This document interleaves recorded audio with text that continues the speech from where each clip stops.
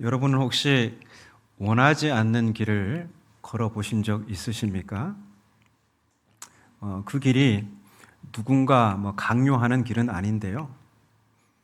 상처와 실망을 피하기 위해서 억지로 내디딘 그런 발걸음 말입니다. 인생의 큰 실패와 좌절을 겪을 때 우리는 실패한 그 자리에 더 이상 머물 용기가 없어서 어디론가 정처 없이 걷기도 합니다. 이 걸음은 새로운 희망을 찾아 향하는 발걸음이라기보다는 먼저는 아픔과 상처로부터 멀어지려는 도망의 발걸음입니다. 오늘 본문에 두 제자가 나오는데요. 그 두 제자가 바로 그러한 길을 걷고 있습니다. 우리 13절, 본문 첫 절인데요. 13절을 같이 읽어보겠습니다. 그날에 그들 중 둘이 예루살렘에서 25리 되는 엠마오라 하는 마을로 가면서, 엠마오는 예루살렘에서 약 11km, 성인 걸음으로 2시간 남짓 거리입니다. 예루살렘은 얼마 전 예수 그리스도의 십자가와 죽음 그리고 부활이 일어난 자리이죠. 그러니까 하나님 구원의 중심지가 바로 예루살렘입니다. 그런데 제자들은 그곳을 떠나고 있습니다. 희망의 중심에서, 구원의 중심지에서 등을 돌리고 있는 것이죠. 반면 이 엠마오는 보잘것없는 마을입니다. 고대 문헌에도 특별히 기억될 만한 사건이 없는 평범한 곳, 그곳이 엠마오입니다. 그곳은 새로운 희망을 향한 목적지가 아니라 도피와 무력감의 상징이라 할 수 있습니다. 이것은 슬픈 일이죠. 제자들은 생명의 자리인 예루살렘을 떠나 의미 없는 엠마오로 걸음을 걷고 있습니다. 희망을 향해 달려가는 것이 아니라 더 깊은 절망을 향해 걸어가고 있는 것입니다. 이것은 우리의 이야기이기도 합니다. 기도의 응답이 없을 때 우리는 바쁜 일상 속으로 숨어듭니다. 하나님이 멀게 느껴질 때 우리는 침묵과 무관심으로 도피합니다. 실망이 너무 클 때 우리는 분주한 일과 세상의 소음으로 자신을 감추어 버립니다. 엠마오는 우리가 희망을 놓아버릴 때 찾아가는 자리입니다. 나도 한때 희망이 있었는데 이제는 아니야 라는 마음으로 숨어드는 도피처가 우리 인생의 엠마오라는 것입니다. 누가복음의 저자 누가는 본문 2절에서 본문 2절이 아니죠. 본문 14절이죠. 두 번째 절에서 두 제자가 길을 걸으며 일어난 모든 일을 서로 이야기하고 있었다고 전합니다. 헬라어 뉘앙스를 보면 단순한 담소가 아니라 서로 따지고 토론하는 듯한 격한 대화입니다. 혼란과 슬픔이 뒤섞여 있는 대화라고 할 수 있습니다. 근데 바로 그때 부활하신 예수님께서 그들 가까이 다가와 물으십니다. 너희가 길 가면서 서로 주고받고 하는 이야기가 무엇이냐? 제자들은 걸음을 멈추었습니다. 누가는 그들의 얼굴이 슬픈 빛을 띠었다고 합니다. 어깨는 처지고 발걸음을 멈춘 그들의 온몸에는 패배의 그림자가 드리워져 있습니다. 그중 하나인 글로바라 하는 사람이 예수님의 물음에 대답합니다. 당신이 예루살렘에 체류하면서도 요즘 거기서 된 일을 혼자만 알지 못하느냐? 예수께서 되묻습니다. 무슨 일이냐? 글로바는 나사렛 사람 예수가 당한 십자가 죽음을 말하면서 자기 안에 있는 속마음을 털어놓습니다. 우리는 이 사람이 이스라엘을 속량할 자라고 바랐노라. 우리는 이 사람이 로마의 지배에서 우리를 건져줄 구원자라고 바랐노라. 바랐노라, 희망을 말하는 것이죠. 그런데 바랐노라, 이 시제가, 동사의 시제가 과거입니다. 바랐지만 그렇게 되지 않았다는 것이죠. 살아있는 희망이 아니라 이미 죽어버린 희망, 곧 실패와 좌절을 말하는 것입니다. 가장 슬픈 고백은 단순한 실패가 아니라 한때는 뜨거웠지만 이제는 차갑게 식어버렸다라는 고백이죠. 사실 제자들에게 부활의 소식이 전해지지 않은 것이 아닙니다. 여인들은 제자들에게 달려가 무덤이 비어 있다고, 예수님의 시신이 보이지 않다고 그렇게 전했었죠. 천사들도 예수께서 살아나셨다고 전했습니다. 하지만 제자들은 믿지 못했습니다. 온전한 믿음에 이르지 못했습니다. 십자가의 비극, 그리고 부활 소식, 제자들은 혼란스러웠습니다. 아직 그들은 다 이해할 수 없었습니다. 우리도 그렇지 않습니까? 성경의 약속을 알고 있습니다. 하나님의 신실하심을 우리는 찬양합니다. 그런데 막상 내 삶에 어둠이 엄습해 오면 그 모든 약속이 허공을 치는 이야기처럼 느껴질 때가 있습니다. 마치 캄캄한 터널 속에 갇힌 사람에게 태양은 여전히 떠 있다, 이 말이 아무런 위로가 되지 않는 것처럼 말입니다. 눈앞에 어둠이 너무 짙으면 이미 알고 있던 진리조차 보이지 않는 법입니다. 엠마오로 가는 길은 단순히 슬픔의 길이 아닙니다. 제자들이 가졌던 희망이 예수님의 죽음으로 산산조각난 절망의 현장입니다.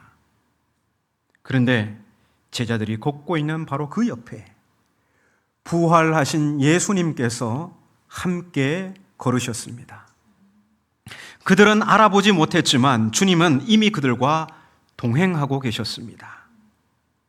이렇듯 우리가 주님이 계시지 않다고, 주님은 더 이상 나와 함께하지 않는다고 절망하고 있을 때 주님은 가장 가까이서 우리의 한숨을 듣고 계십니다. 조난점은 바로 여기서 일어납니다.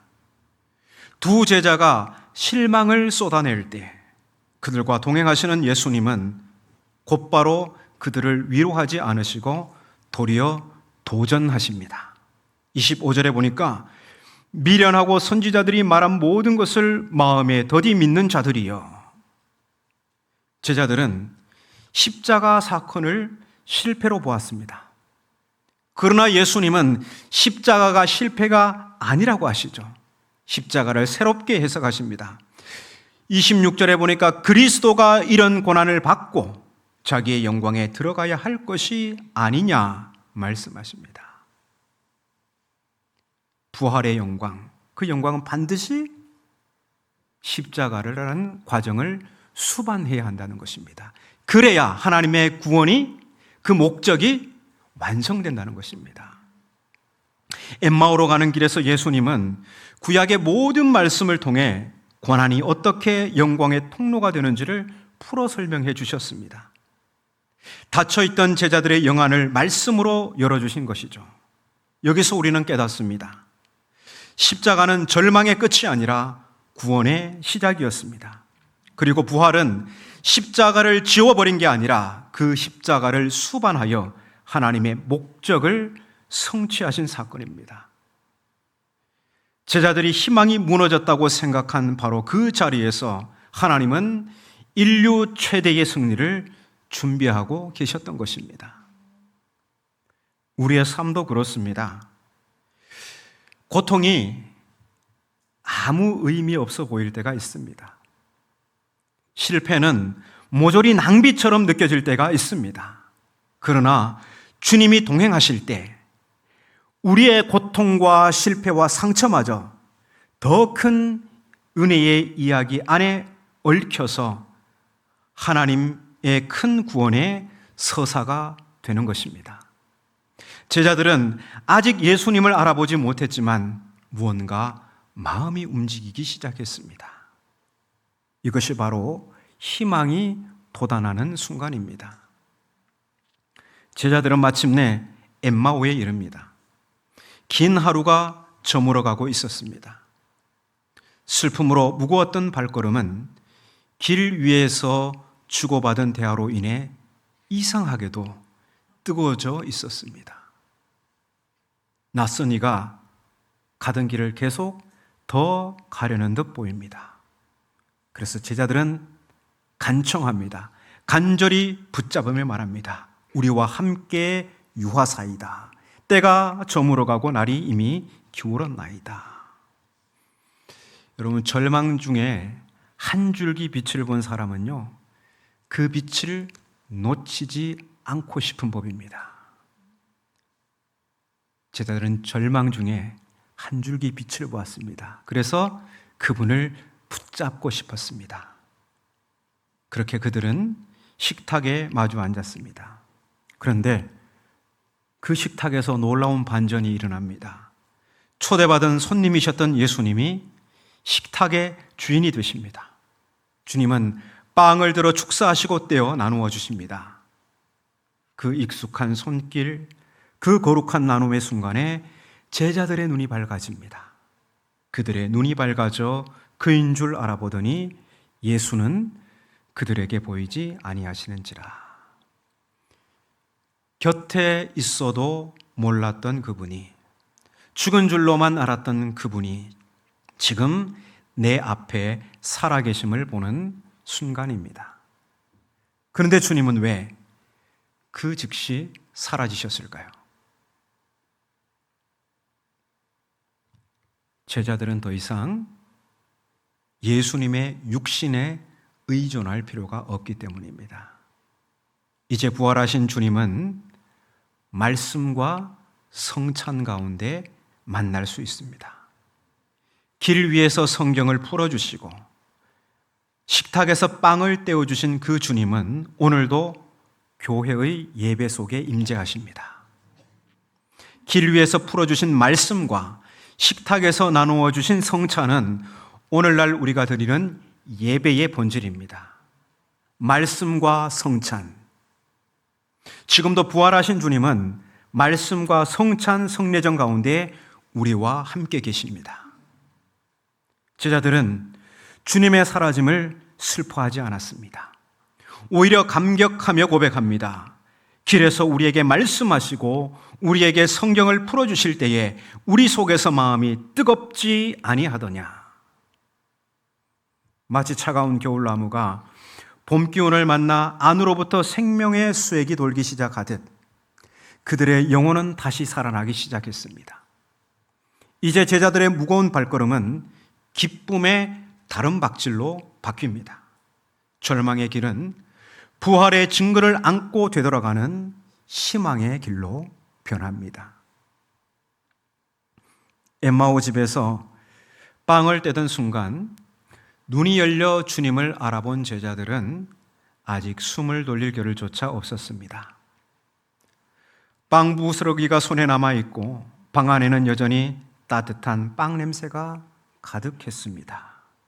그러나 그들은 그 자리에서 벌떡 일어나 밖으로 뛰쳐나왔습니다.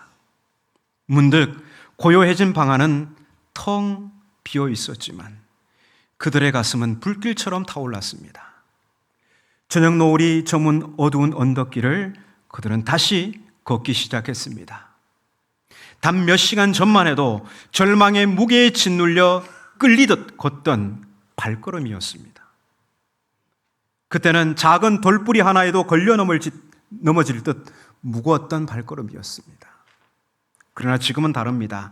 같은 길이지만 다른 길이었습니다. 어둠이 짙게 내리는 시간인데도 그들의 걸음은 어둡지 않았습니다.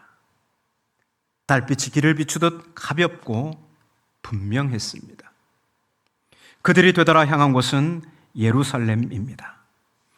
예루살렘은 불과 사흘 전만 해도 십자가의 그림자가 드리워진 곳, 모든 희망이 꺾이고 흩어져 버린 곳이었습니다. 그곳을 떠나던 길은 도망치는 길이었고 체념의 길이었습니다.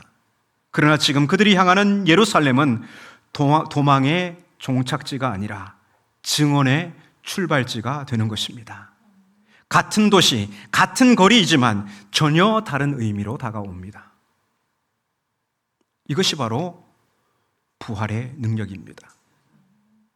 부활은 도망하던 길에서 되돌려 증언의 길로 바꿉니다.